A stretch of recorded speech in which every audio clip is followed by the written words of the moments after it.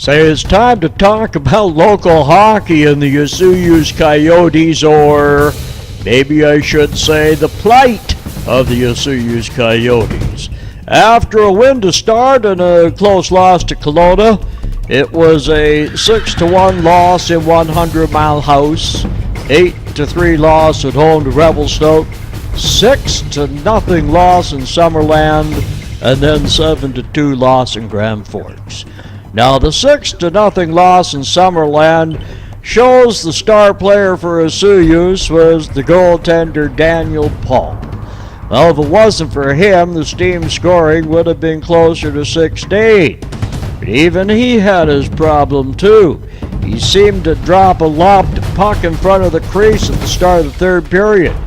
The defenseman skated away missing the puck, but the steam checker didn't, and bang, it was in the net. And then right from that face-off, the puck came down the Osoyoos corner, was centered, was again our net again, all within 10 seconds of the other goal. Now the Coyotes roll for 9 in the power play, while the other guys connected twice in 12 tries. There were only a few moments where the Coyotes got it going, and at one time they did and put it into the net. The net came off its mooring a slim moment before the puck went in it. Hence, no goal. And this happens to a team when the bounce is just simply not going your way in any way, shape, or form. There's a small group from Osoyoos watching the game, and fewer of them were around at the end. Then it was 7-2 in Grand Forks on Saturday night, and again the Coyotes 0 for 9 in the power play and were outshot and outplayed. And then the frustration of these games takes over. Guys take match penalties that cost them 3-game suspensions.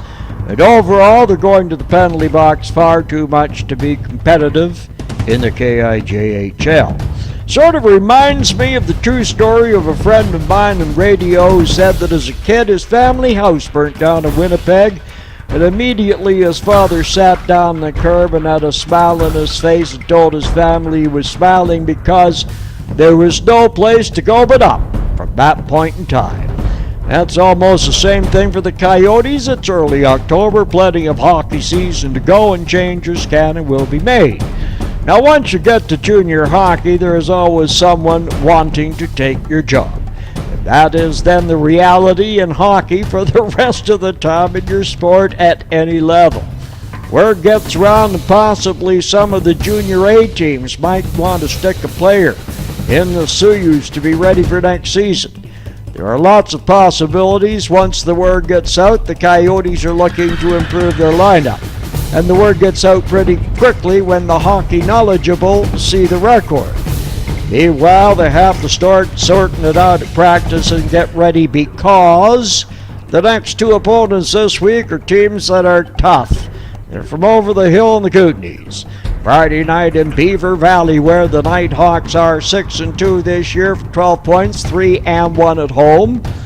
They score 5 goals a game and let in just over 2.5. Then the next night, Saturday night, Coyotes are home to the Fernie Ghost Riders, who are 5 wins and 2 losses. Both losses, though, coming on the road. They score about 3 goals and a half a game and give up 3. The Coyotes are 1 win and 5 losses. They score less than a goal in a game and let in just over 5 goals per game. So it's time to turn the page and take a deep breath and try to work it out in the ice.